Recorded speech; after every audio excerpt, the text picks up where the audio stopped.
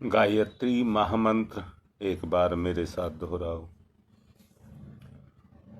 ओम भूर्भुवः स्वः तस्य वितुर्वरेण्यं भर्गो देवस्य धीमहि धियो यो नः प्रचोदयात्। 2-3 दिन से एक शब्द पर जोर दिया जा रहा है और उस शब्द का नाम है पावस।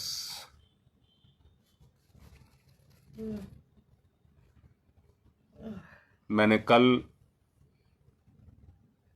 ऑडियो के माध्यम से समझाया था पावस नाम के गुण का संचार आपकी शक्ति पर कब होगा।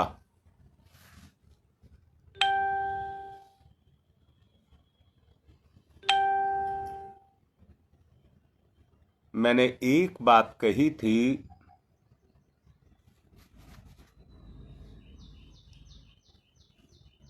वो है त्याग।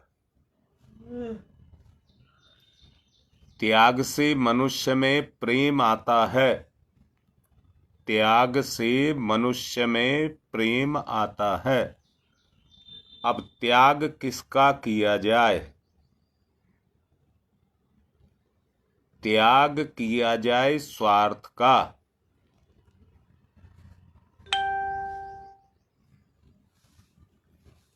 आज सच को देखिए,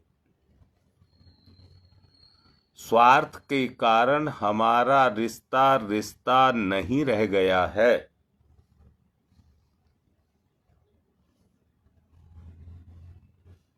आप इसमें पूछ सकते हैं,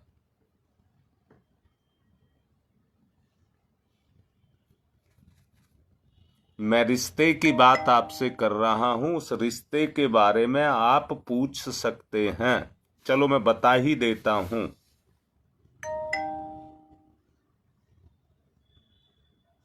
आप अपने पारिवारिक रिश्तों के बारे में जरा सोच करके देखिए। जिन भाई बहन के बगैर, माता पिता के बगैर हम रहते नहीं थे, आज उन्हीं सब रिश्तों से दूरी होती हुई चली जा रही है। रिश्तों का पोषण, जिसको पावस कहा, पावस रूपी गुण जब तक पैदा नहीं होगा, आप अपने रिश्तों का पोषण नहीं कर सकते। क्योंकि हमारे बीच में दूरियां बढ़ती हुई चली जा रही हैं।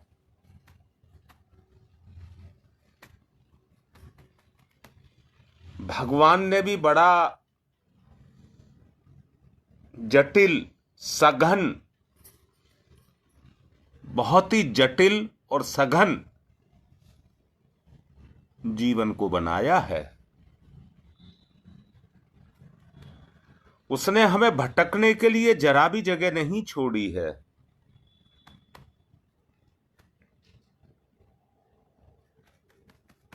दरअसल में हो क्या रहा है? मर्यादाओं का उल्लंघन। कोई भी मानता नहीं है। सब सामने वाले को ही कहते हैं।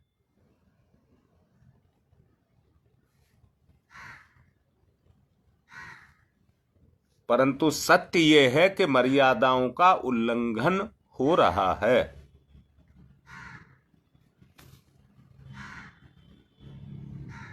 सत्य, न्याय, प्रेम, सेवा और मर्यादा जिनकी बात कही गई थी, आज वो ढूंढने को नहीं मिलता। मैं एक बात जरूर कहना चाहूंगा, सवारी ढोने वाली गाड़ी पहले अपने बोझ को ढोती है, और जो बची हुई शक्ति है उससे औरों के बोझ को ढोती है। अगर वो गाड़ी केवल अपने बोझ को ढो रही है तो उसकी उपयोगिता खत्म हो जाएगी। उसकी उपयोगिता इसलिए है कि वो दूसरे के बोझ को ढोती है। मूल बात पर आना चाहता हूं, और मूल बात यह है कि शक्ति काम कर रही है।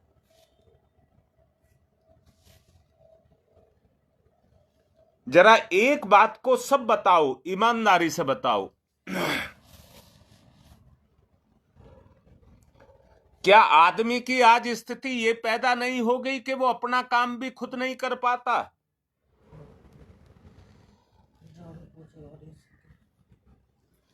देखिए आप सच्चाई को और ईमानदारी को, कि आज का आदमी अपना काम, जो उसका अपना व्यक्तिगत काम है, उसको भी नहीं कर पाता, दूसरे का तो तब करेगा।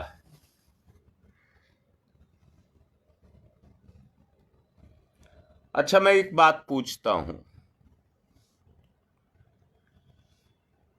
बेटा, सारे के सारे बताओ,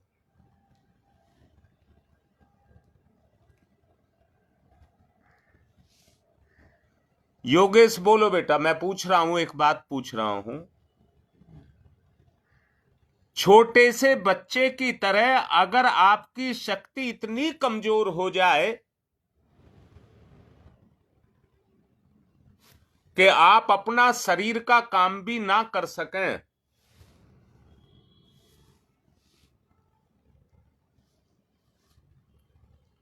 तो उसको लाचारी, मजबूरी कहते हैं कि नहीं कहते हैं?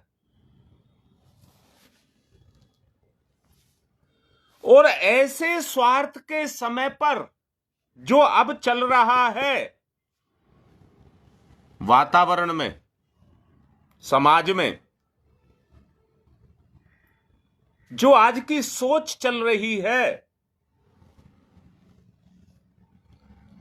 बिना टू बेटा तुम भुक्तभोगी हो। अभी कल तुम्हारी मेरी बात हो रही थी, स्वार्थ की ही बात हो रही थी। जहां अपने मतलब आदमी तो लाचार और मजबूर हो गया, ये उसके कर्म हैं, परंतु अपनों ने भी हाथ खींच लिया तो उस समय क्या होगा? आत्मा की बात कर रहा हूं। उस समय पर क्या होगा, जरा इस बारे में सोच करके देखिए। अब दूसरी बात कह रहा हूं, पावस की बात कर रहा हूं। अगर आपकी कमजोरी में, देखिए सिद्धांत एक है, कहीं पर खड्डा है तो जहां पर टीला है उसको उठा करके उसमें डाल दीजिए खड्डे में, तो समतल हो जाएगा, समतल। घर में बच्चे, जवान और बूढ़े सभी रहते हैं। बच्चे असहाय होते हैं क्योंकि उनकी क्षमताएं अभी जगी नहीं है, और बूढ़े अपनी क्षमताओं को खो रहे हैं तो वो मजबूर होते हैं।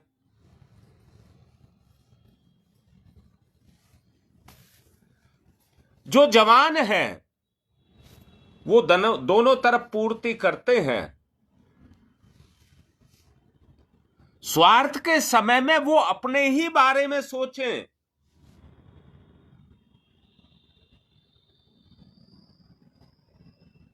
तो क्या होगा? एक बिंदु। अब दूसरा बिंदु कह रहा हूं,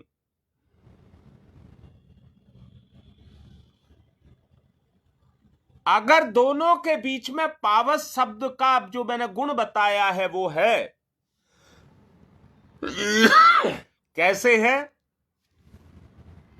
इन माँ बाप का मेरे ऊपर उपकार है।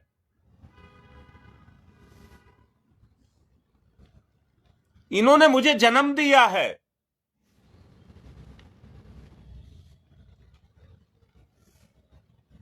मैं अपने माता पिता का करूंगा तो बच्चों का सहारा बन जाता है। अब मैं फिर से पूछ रहा हूं, जरा बताओ मुझे, अगर मां बाप की कमजोरी में, देखिए बच्चों की तरफ इसलिए नहीं बोल रहा हूं, वहां तो ईश्वर का प्रभाव होता है। और क्या प्रभाव होता है?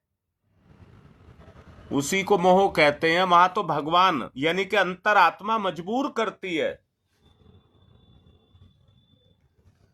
बेटा सबके सब अंदर से देखना,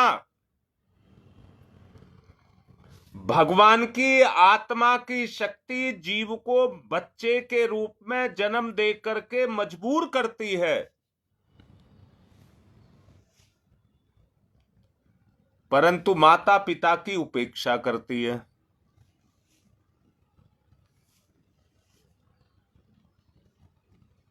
सच को देखो। अब जरा पूछ करके देखो उन उपेक्षित मां बाप से,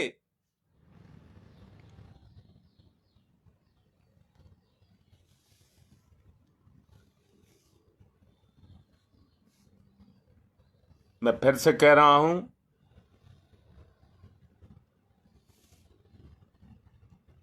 ज्योति बेटा तेरे बारे में भी मुझे पता है, तूने भी इस चीज को देखा है।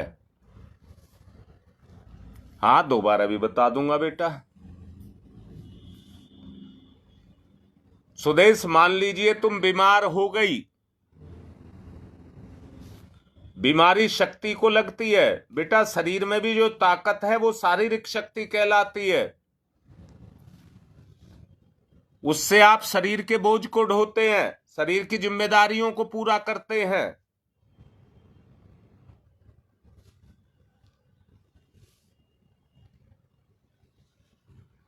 हाँ बेटा, इसका बड़ा ऊंचा, ये शब्द कह देना बड़ा छोटा है।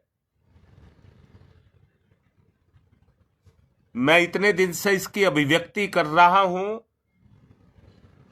परंतु इसकी पूर्णता को नहीं छू पा रहा। सुदेश मैं एक बात कह रहा हूं बेटा, अभी तूने पूछा है दोबारा बताओ, दोबारा बता रहा हूं। एक तो तेरा बच्चा तेरी सेवा कर रहा है, मेरी मां जिसमें उसकी आत्मा काम कर रही है, और दूसरा है कि वो मजबूरी में औपचारिकता पूरी कर रहा है। तो आत्मा वाला पक्ष अच्छा लगेगा या मजबूरी वाला पक्ष अच्छा लगेगा? मजबूरी में चाहे वो आपको ज्यादा दे रहा हो और आत्मा से कम दे रहा हो, तो कौन सा अच्छा लगेगा?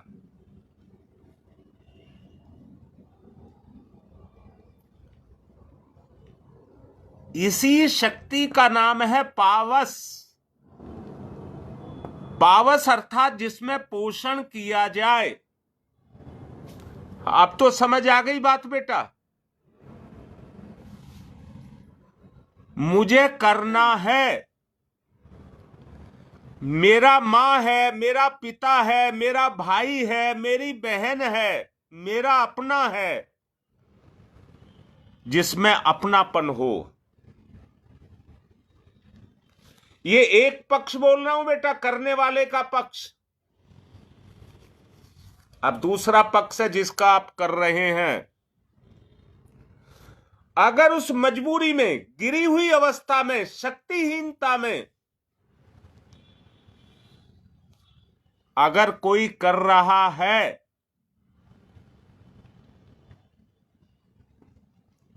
तो उसे भगवान नजर आएगा कि नहीं आएगा? हाँ योगेश, मैं जो बात कह रहा हूं वो ये कह रहा हूं मैं ये कह रहा हूं, अगर आपकी कोई कर रहा है और हृदय से कर रहा है, आपकी आत्मा उसे महसूस कर रही है, तो जो कर रही है वो आपको भगवान नजर आएगा कि नहीं आएगा? बेटा बोलो, आज मैं एक बड़ा अच्छा उदाहरण मेरे मन में आ रहा है आप लोगों को बताने का।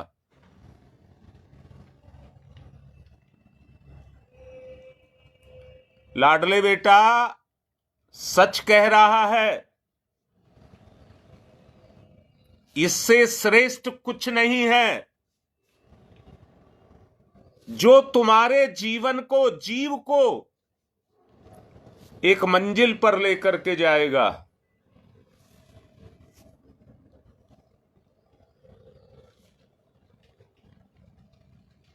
मैं महसूस कर रहा था, तुम्हारी मां को मैं डायलिसिस कराने ले जाता हूं, वहां मेरे पास 4 घंटा बैठने के लिए होता है। कुछ दिन से तुम्हारी मां को इतनी खुजली मच रही है कि सारी रात मुझे भी लगाई रखती है और खुद भी लगी रहती है। तो आज रात हम बात कर रहे थे,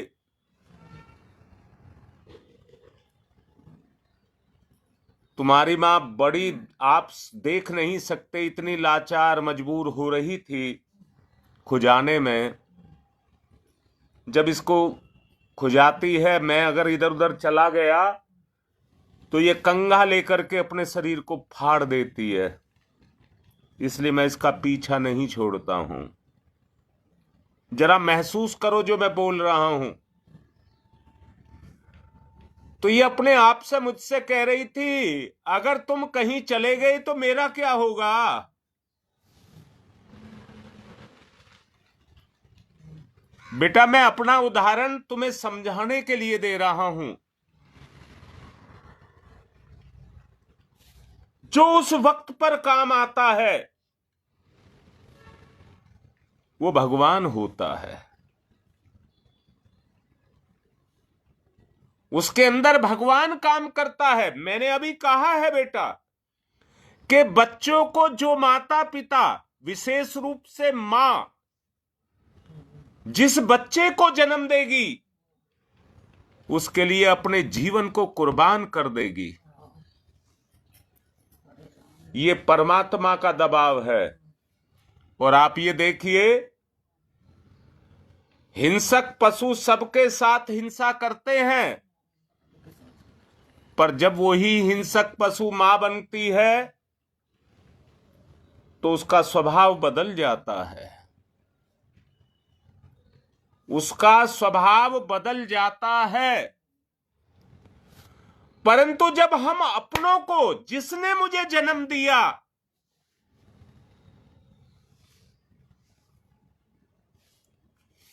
जब हम उनको तड़पता मरता हुआ देखते हैं, तब हमारा कहां चला जाता है अपना आपा, हमारी शक्ति।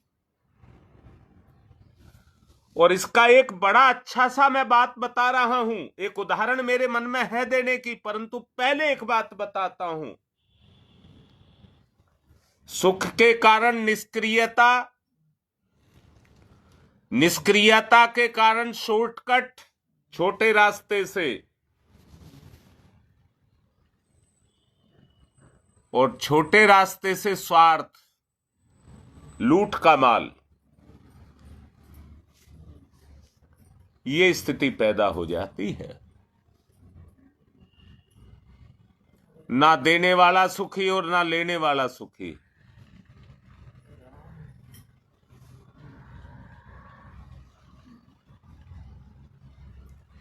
अब मैं एक बात आप लोगों को कहना चाहता हूं।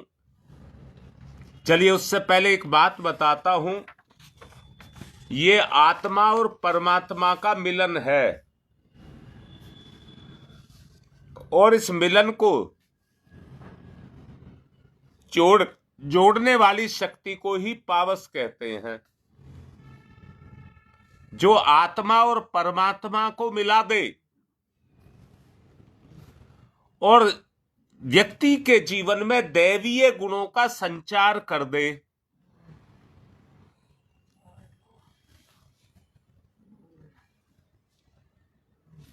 अब मैं उस बात को कहना चाहता हूं जिसको आज मैं उदाहरण के रूप में आपको बताना चाहता हूं।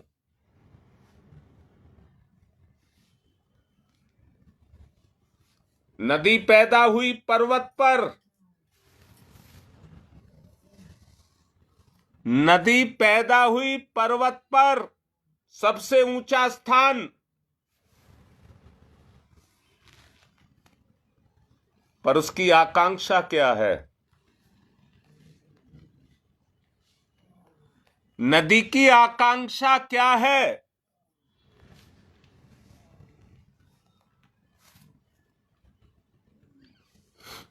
सागर में मिलने की। नदी की आकांक्षा है सागर में मिलने की। तो पैदा होते के साथ ही कितनी तेज दौड़ती है? बोलो बेटा, पैदा होते के साथ ही कितनी तेजी से दौड़ती है? जीवन के लक्ष्य को बता रहा हूं। आज आप धन दौलत से, किसी भी चीज से कितने ही बड़े क्यों ना हो जाओ, हाँ योगेश, यही उसकी आकांक्षा होती है कि नहीं होती है? तो उसकी गति कैसी होती है? मंथर, मंद या तीव्र?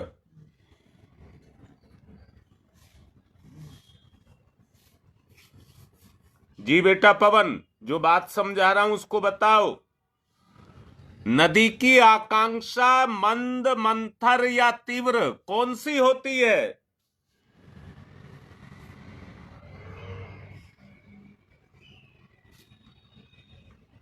मैं यही समझूंगा कि सब कहेंगे तीव्र। क्या उसके सामने रुकावट नहीं होती? क्या नदी के सामने जो आपने लिखा सागर से मिलना,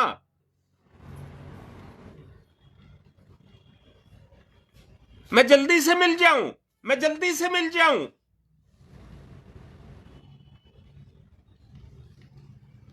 तो मुझे शकुंतला एक बात बता बाबू, अगर ये रिश्ते उसी तरह के हो जाएं तो भगवान से मिलने में कितनी देर लगती है? देखो शकुंतला, एक बात, सुदेश, एक बात को समझिए।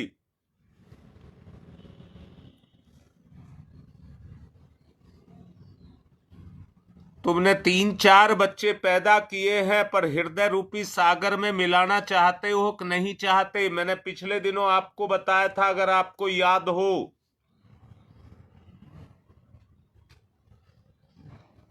मन में सरिताएं बहती हैं, सरिता नहीं कहा है, सरिताएं बहती हैं, परंतु हृदय रूपी सागर में जाकर के मिल जाती हैं।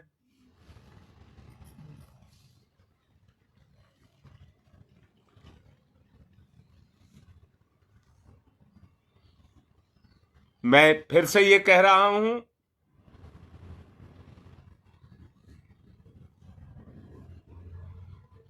हाँ बेटा, पूरे तीव्र वेग से। पर मुझे एक बात तो बताओ बेटा,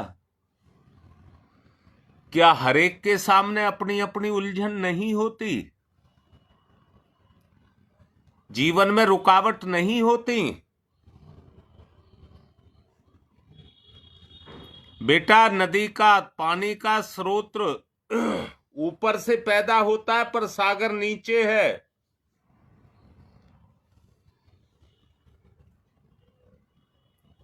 मैं फिर से पूछ रहा हूं, क्या उस सरिता पर भगवान काम नहीं करता? सरिता का जो जल है उस पे भी तो भगवान की शक्ति काम करती है। हम ये कह सकते हैं कि वो पतन के रास्ते पर चला जाता है।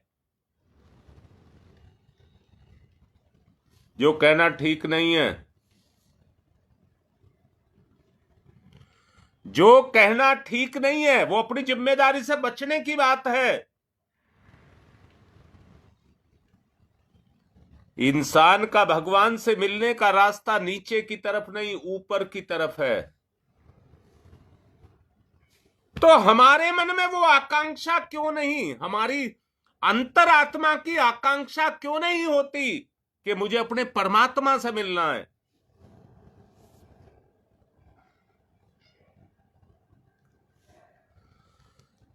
शकुंतला कहकर के सबसे पूछ रहा हूं,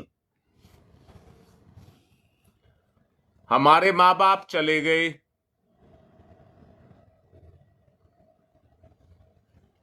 क्या अब इस समय क्या हमें वो भगवान नजर नहीं आते? क्या कभी भाव संवेदना नहीं जगती? अगर होते तो हम ये भी करते, ये भी करते, ये भी करते, पर जब थे तो बोझ क्यों लगे? बचने की कोशिश क्यों की?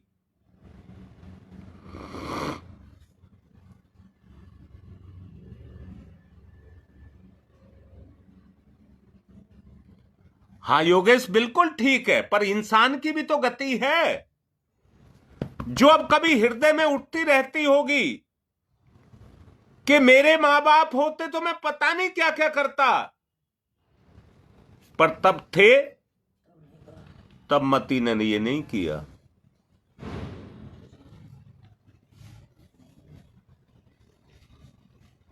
आज हम मां बाप हैं, मां बाप की अवस्था में हैं आज हम। जो हमने नहीं किया हमारे बच्चे नहीं करते।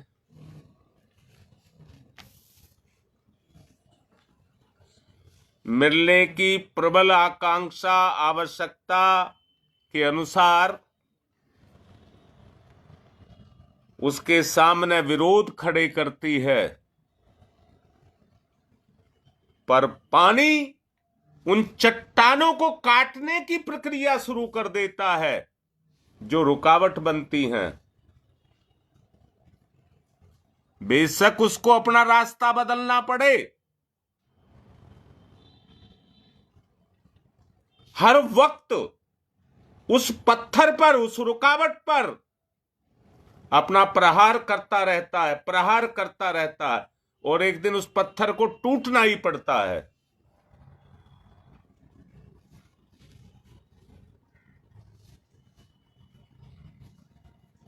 बोलिए, बात ठीक कह रहा हूं? उनको टूटना ही पड़ता है और पानी को रास्ता देना ही पड़ता है।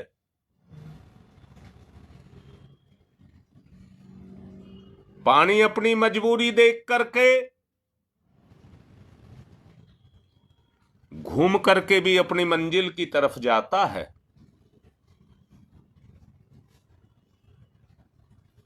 उसकी अपनी प्रबल इच्छा अपनी मंजिल को पाना है।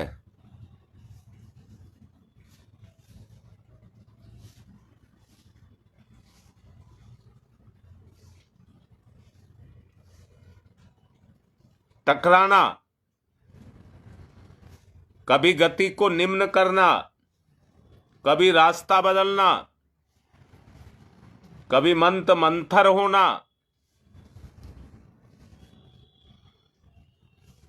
ये हमें ज्ञान देता है।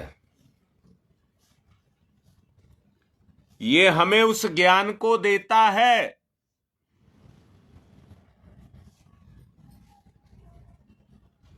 हमें भी अपने जीवन की यात्रा इसी तरह से, किसी ना किसी तरह से पूरी करनी होगी। संघर्ष सामंजस्य के लिए बनाया जाए, संघर्ष सामंजस्य के लिए बनाया जाए, स्वार्थ के लिए नहीं। नीति का पालन किया जाए, मर्यादित रहा जाए।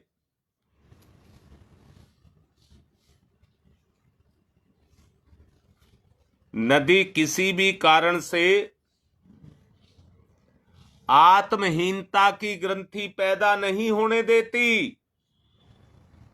किसी भी कारण से हार नहीं मानती, निरुत्साहित नहीं होती।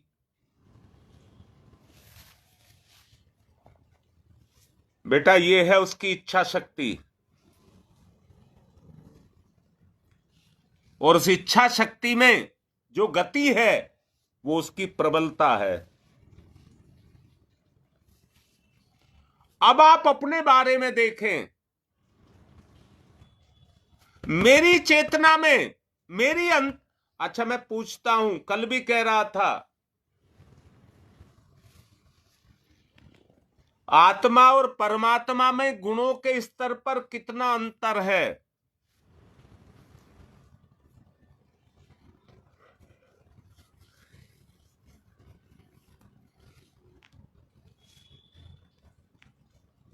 गुणों के स्तर पर कोई अंतर नहीं है, अंतर है क्षमता का। आग की चिंगारी और भट्टी में कोई अंतर नहीं है, अंतर है क्षमता का। चिंगारी को यदि ईंधन मिले तो वो भट्टी बन जाएगी, और भट्टी को ईंधन ना मिले तो वो चिंगारी बन जाएगी।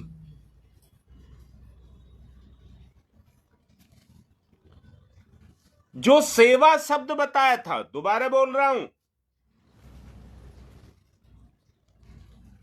सत्य पर चलोगे तो असत्य का सत्यानाश होगा,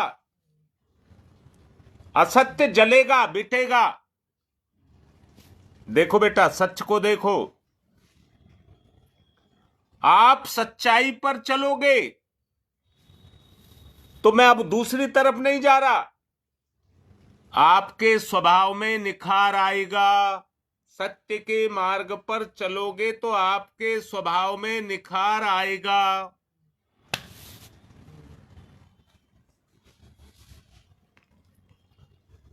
सबके साथ न्याय करोगे तो किसी के हक को लेने की इच्छा नहीं होगी।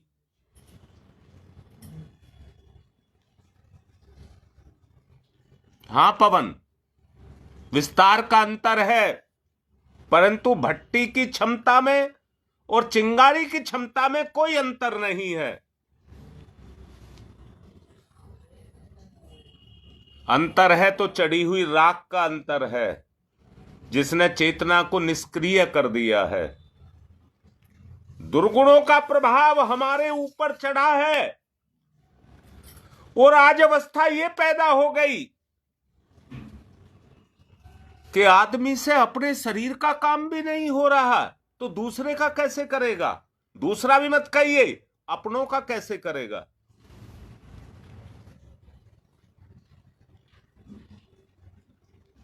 और नहीं करेगा तो ये निष्क्रियता की राख चढ़ती जाएगी, निष्क्रियता की राख चढ़ती जाएगी।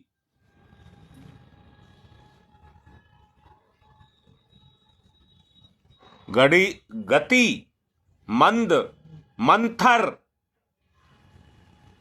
निष्क्रिय होती चली जाएगी।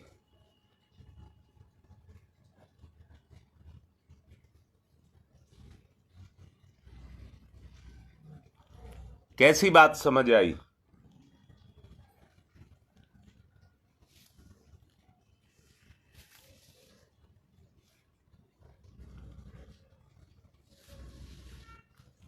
आप सबने बड़ा प्रयास किया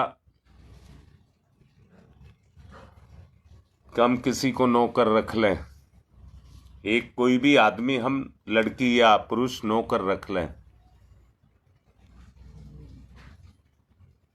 आपको स्पष्ट कर रहा हूं, हमने ये तय किया मिलकर के ही जीवन को जिएंगे, अपनी किसी से नहीं कराएंगे, करेंगे, कराएंगे नहीं।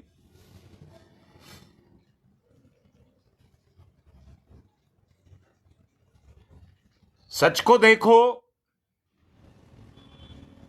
मैं ये महसूस करता हूं, आदमी केवल अपनी करे तो शायद उसे उतनी खुशियां, प्रसन्नता, आत्मीयता ना मिले, पर जब अपनों की करता है तो जो सहजता उसके जीवन में आती है वो कभी उसको नहीं मिलती। इन कठिनाइयों का सामना करने से जब अपने को रास्ता मिलता जाता है, कठिनाइयां तो आए पर रास्ता मिलता जाए, हल निकलता है तो जीवन का हल निकलता है, फिर आदमी अंदर से चाहता है कि जितनी दिक्कत आ रही है वो आ जाएं, हम उनका मुकाबला करेंगे और आगे बढ़ेंगे।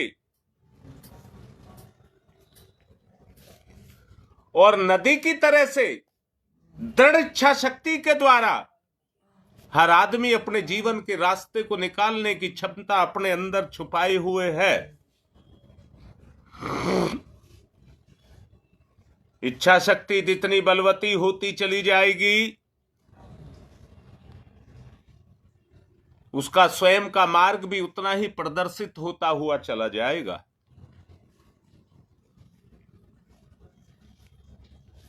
सफलता का मूल आपकी इच्छा शक्ति के अंदर छुपा हुआ है।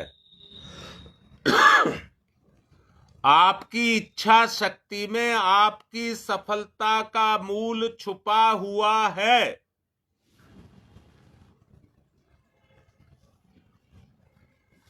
भगवान ने इसी के आधार पर संसार को बनाया है।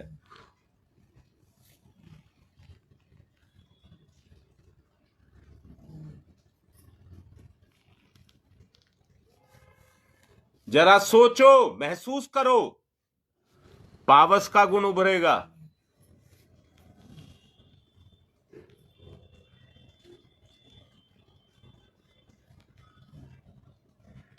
मानवीय शक्तियां उसकी इच्छा शक्ति से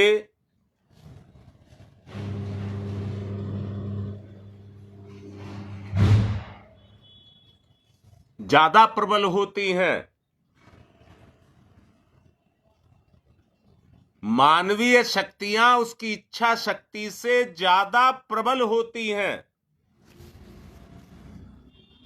देखना, जिन मनुष्यों की इच्छा शक्ति निर्बल होती है उनकी स्थिति को देखिए, पहचानिए कैसी होती है। वो सफलता मिलने का पूरा वो सब आसार होने के बावजूद भी असफलता को पा जाते हैं।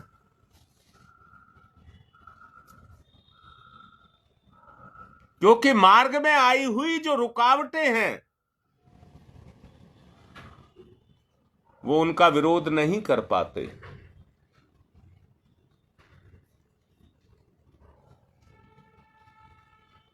अगर वो परम तत्व को साथ लेकर के और उसके साथ अपनी इच्छा शक्ति को जोड़ करके, दोबारा बोल रहा हूं, अपने इष्ट की शक्ति को लेकर के चलें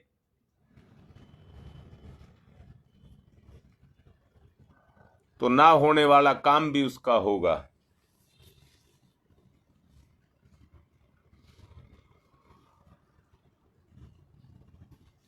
ना होने वाला काम भी उसका होगा, वो रुक नहीं पाएगा। समय लग सकता है पर रुक नहीं सकता।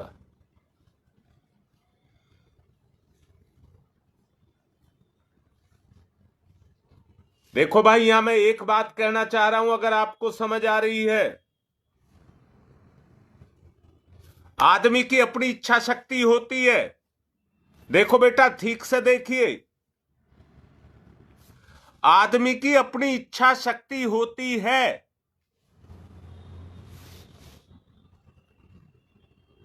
परंतु उस इच्छा शक्ति को गति जो देती है वो आत्म शक्ति देती है।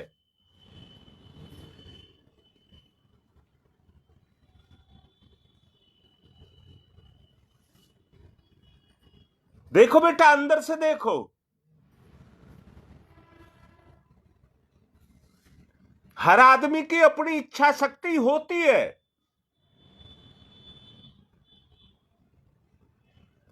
पर जब आत्म शक्ति उसके साथ मिलती है तो गति मिलती है। योगेश देखो बेटा, जो बोला जा रहा है उसको देखो।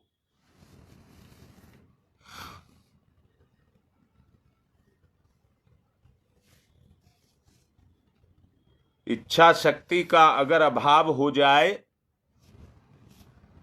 तो मनुष्य की शारीरिक शक्ति भी कुंठित हो जाती है।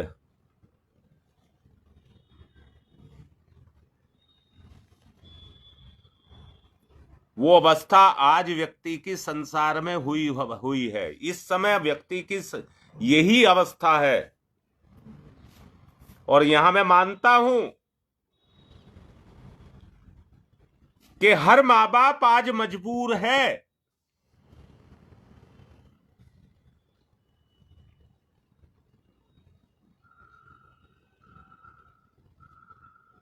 जी बेटा, जी बेटा, आत्मा ही सर्वस्व है,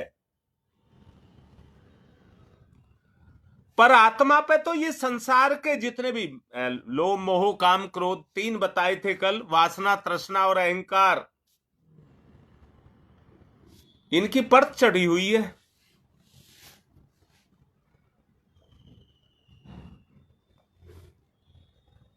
मुझे एक बात बताओ, शरीर पर किसका शासन है? पवन बोलो बेटा, शरीर पर किसका शासन है?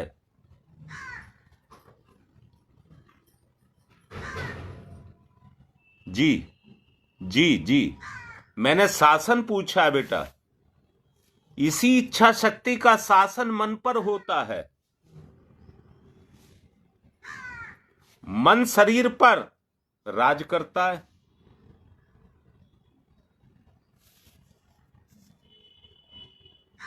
देखो बेटा, ठीक से समझ आ रहा हो तो, जो इंद्रियां हमारी सेवक हैं वो हम पर कब्जा कर लेती हैं, निकम्मापन ला देती हैं।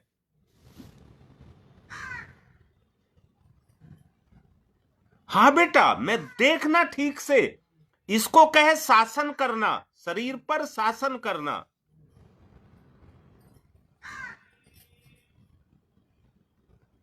पर इच्छा शक्ति जब कमजोर पड़ जाती है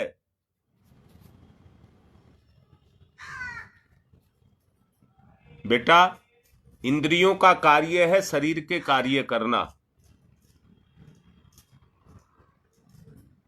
इंद्रियों का कार्य है शरीर के कार्यों को करना। नौकर रख करके हम उन कार्यों को नहीं कर सकते, वैसा नहीं कर सकते जैसा हम चाहते हैं।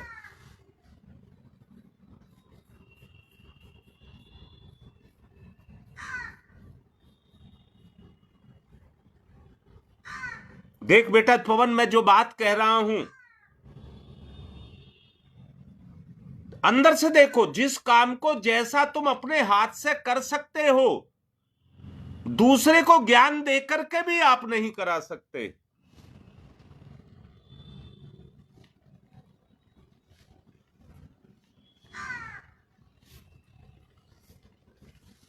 आत्मा ही सबकी जिम्मेदार है। सारा कार्य आत्मा से ही चल रहा है बेटा। बहुत ही लंबा हो गया, भूल गया मैं समय को। जो मैंने आज भी पावस शब्द के बारे में बताने का नदी का उदाहरण देकर के प्रयास किया है,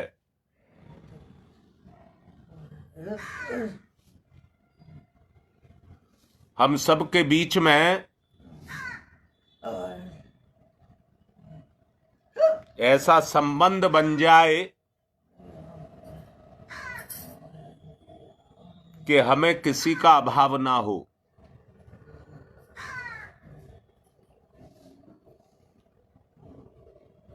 जी बेटा पवन,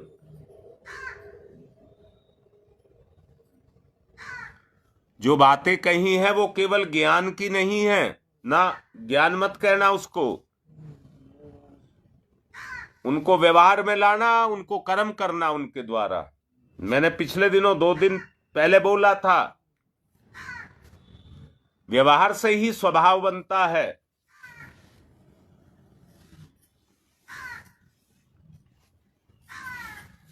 ऐसा करेंगे, समापन की तरफ चलिए। ओम भूर्भुवः स्वः तत्सवितुर्वरेण्यं भर्गो देवस्य धीमहि धियो यो नः प्रचोदयात्। ओम भूर्भुवः स्वः तत्सवितुर्वरेण्यं भर्गो देवस्य धीमहि धियो यो नः प्रचोदयात्। ओम भूर्भुवः स्वः तत्सवितुर्वरेण्यं भर्गो देवस्य धीमहि धियो यो नः प्रचोदयात्।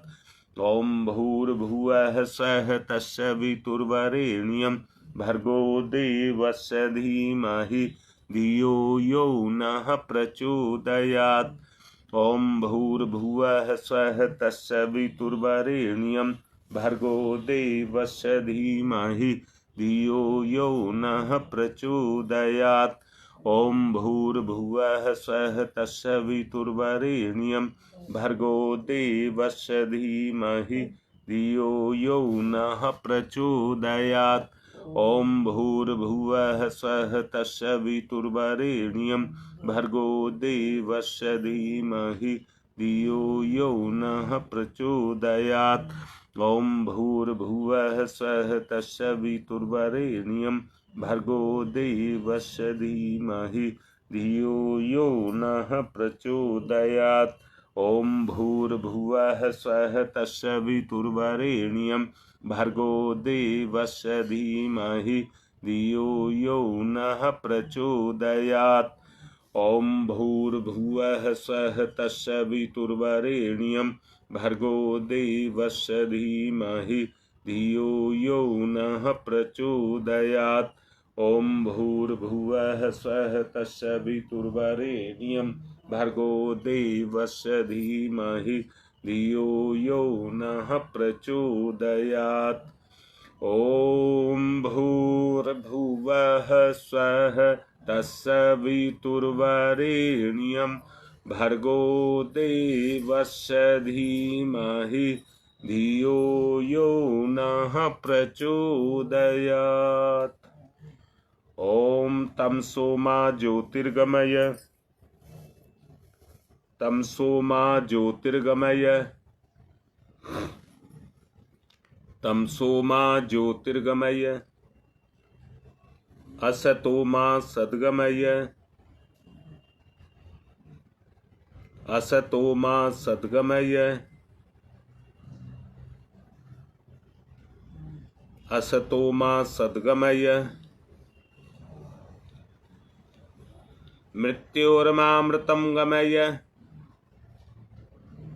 मृत्योर्मामृतं गमय, मृत्योर्मामृतं गमय। तमसो मा तमसो मा तमसो मा ज्योतिर्गमय, ज्योतिर्गमय, ज्योतिर्गमय। असतो मा अस्तो मा अस्तो मा सद्गमय, सद्गमय, सद्गमय। मृत्योर्मा मृत्योर्मा मृत्योर्मा अमृतं गमय, अमृतं गमय, अमृतं गमय। दोनों हाथ रगड़िए, मुख पर फिराइए।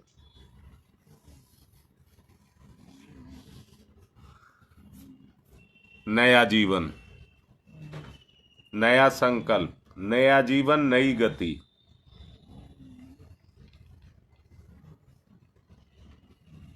तमोगुण का हटना, सतोगुण का जागृत होना। शुरू करें। आज की बात को यहीं पूर्ण कर रहा हूँ। ओम शांति।